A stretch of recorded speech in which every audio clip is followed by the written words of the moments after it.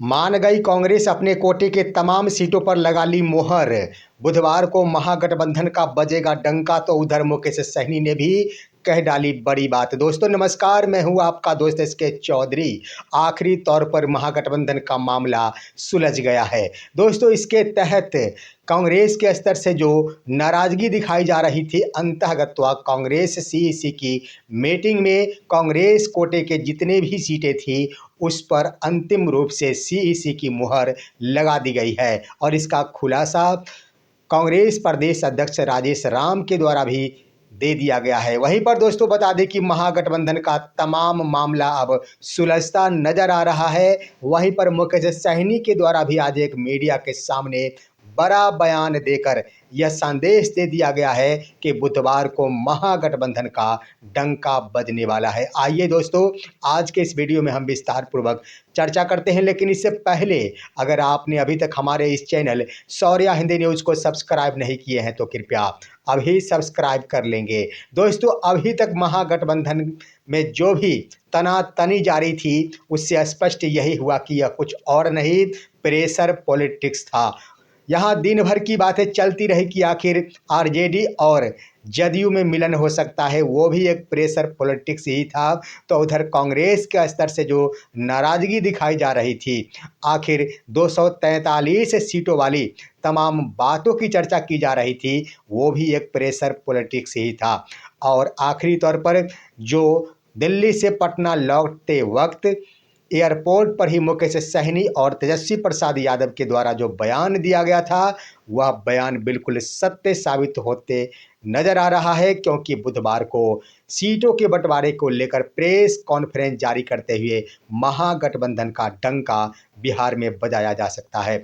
दोस्तों उम्मीद ही नहीं, यह अब बिल्कुल तय भी माना जा रहा है जो बयान आखिर कांग्रेस की ओर से दी गई है। लेकिन क्या कुछ दी गई है कांग्रेस की ओर से, इस पर भी मंथन करने की आवश्यकता है। दोस्तों बता दें कि लगातार ही 3 दिनों से कांग्रेस के बिहार के तमाम नेता दिल्ली में जमे हुए थे।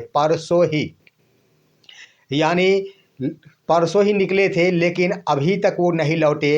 अब बुधवार को लौटेंगे, तो सोमवार, मंगलवार और बुधवार यानी 3 दिन वो तमाम कांग्रेस के बिहार के कृष्णा अल्लावरू, राजेश राम, शकील अहमद खान तमाम नेता दिल्ली में मौजूद थे।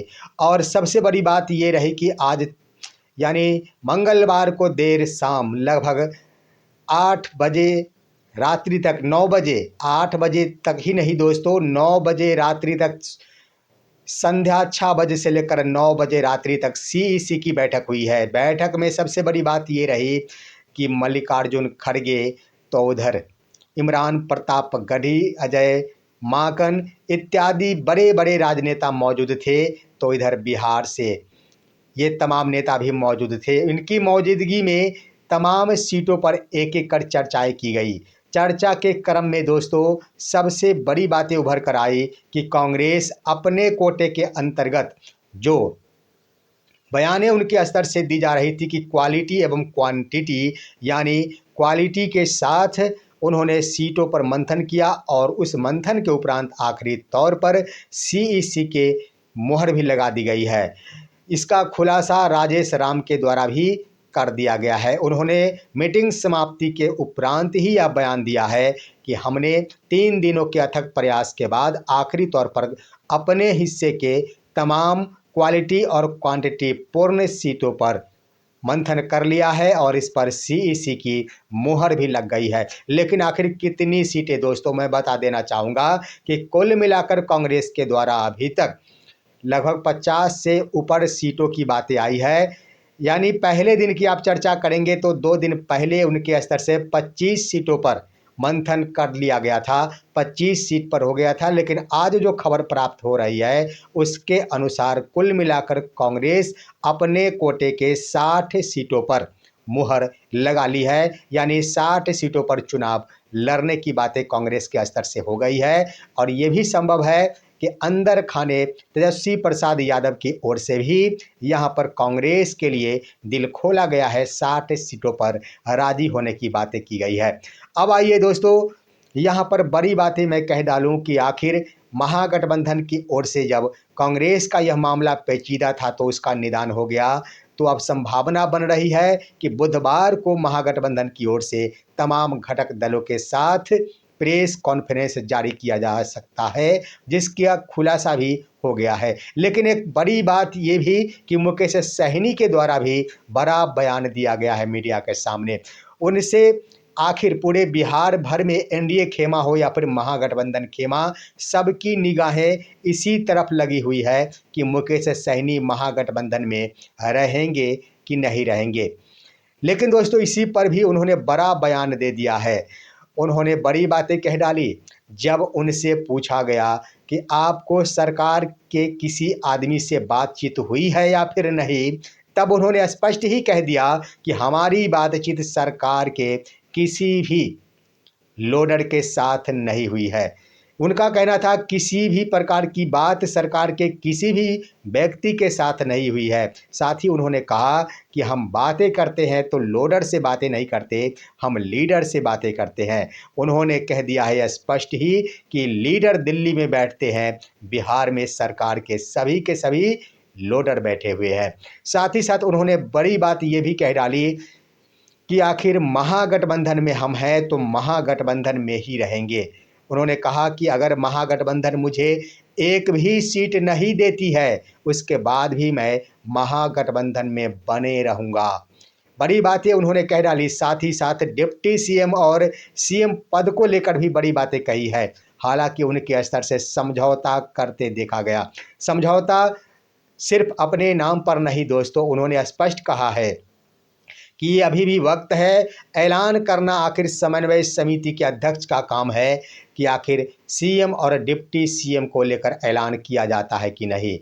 लेकिन मैं उनकी आशा, उन्होंने कहा कि हम चाहते हैं, हमारी पार्टी की आशा है कि मैं डिप्टी सीएम बनूं, और अगर किसी मजबूरी के कारण सीएम डिप्टी सीएम का ऐलान नहीं होता है तो यहाँ पर कंप्रोमाइज़ किया जाएगा, तब सीएम पद का भी ऐलान नहीं हो पाएगा। स्वाभाविक प्रक्रिया बनती है दोस्तों अब से। निश्चित रूप से जब सुप्रीम कोर्ट में लालू फैमिली के ऊपर जब आरोप तय कर दिया गया है, तो किसी भी सूरत में अब सीएम फेस का ऐलान संभव नहीं है, क्योंकि सीएम फेस के ऐलान होने पर यहाँ पर कोर्ट का मुद्दा बनेगा, तो दूसरी तरफ सत्ता पक्ष की ओर से सवाल दागना शुरू किया जाएगा कि एक आरोप तय यानी आरोपित व्यक्ति बिहार के मुख्यमंत्री बनने जा रहे हैं, जिसका नुकसान महागठबंधन को भुगतना पड़ सकता है। इसी को लेकर अब संभावना बन रही है कि ना तो सीएम पद को लेकर घोषणा हो पाएगा और ना ही डिप्टी सीएम पद को लेकर घोषणा हो पाएगा। हालांकि पेचीदा बहुत बड़ा मामला है। आइए दोस्तों सीटों के लेकर बातें करते हैं। कांग्रेस के लिए तो बातें कर ली गई कि आखिर कांग्रेस 60 सीट, उधर आप बातें करेंगे तो तमाम महागठबंधन के घटक दलों की ओर से सीमा में रहते हुए ही सीटों का बंटवारा और सिंबल का बंटवारा किया जा रहा है। आप नज़र दौड़ाएंगे तो सीपीआई-एमएल यानी भाकपा माले की ओर से अपने तमाम उम्मीदवारों को सिंबल भी बांट दिया गया है। लेकिन बड़ी बात कि अभी तक उन्होंने सिर्फ 18 उम्मीदवारों को ही सिंबल बांटे हैं। उसके बाद दोस्तों 18 उम्मीदवार को सिंबल बांटे हैं, तो यहाँ पर एक और बड़ी बात ये आ रही है कि आखिर आरजेडी की ओर से भी जहां बीते कल सोमवार की बातें करेंगे, जब सिंबल बांटने के बाद वापस ले लिया गया था, अंतःगत्वा मंगलवार को देर शाम आरजेडी सुप्रीमो लालू प्रसाद यादव के द्वारा अपने कोटे के अंतर्गत आने वाले तमाम प्रत्याशी जो एक सीमा के दायरे में है, उन सभी को भी सिंबल प्रदान कर दिया गया है। उधर मुकेश सहनी के द्वारा भी बीते कुछ पल पहले ही 12 उम्मीदवारों को सिंबल प्रदान कर दिया गया था।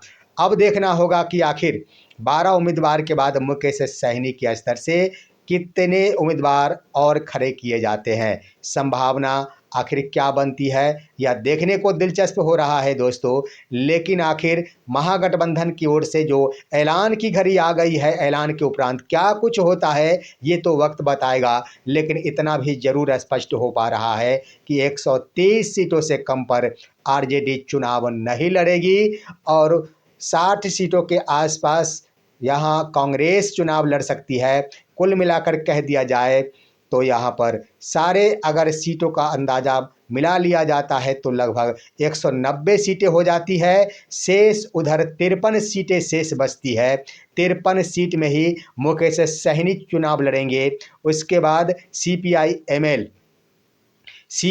एमएल के लिए भी बातें हो रही, सीपीएम की बात और सीपीआई के लिए भी बातें हैं। तो 53 सीटों में अगर यहाँ पर बंटवारा किया जाता है तो ये खबर छन के आ रही है कि सीपीआई-एमएल भाकपा माले के लिए 22 सीटों की व्यवस्था की गई है और दोनों सीपीआई और सीपीएम के लिए 10 सीटों की व्यवस्था की गई है। तो 32 सीटें समाप्त हो जाती है।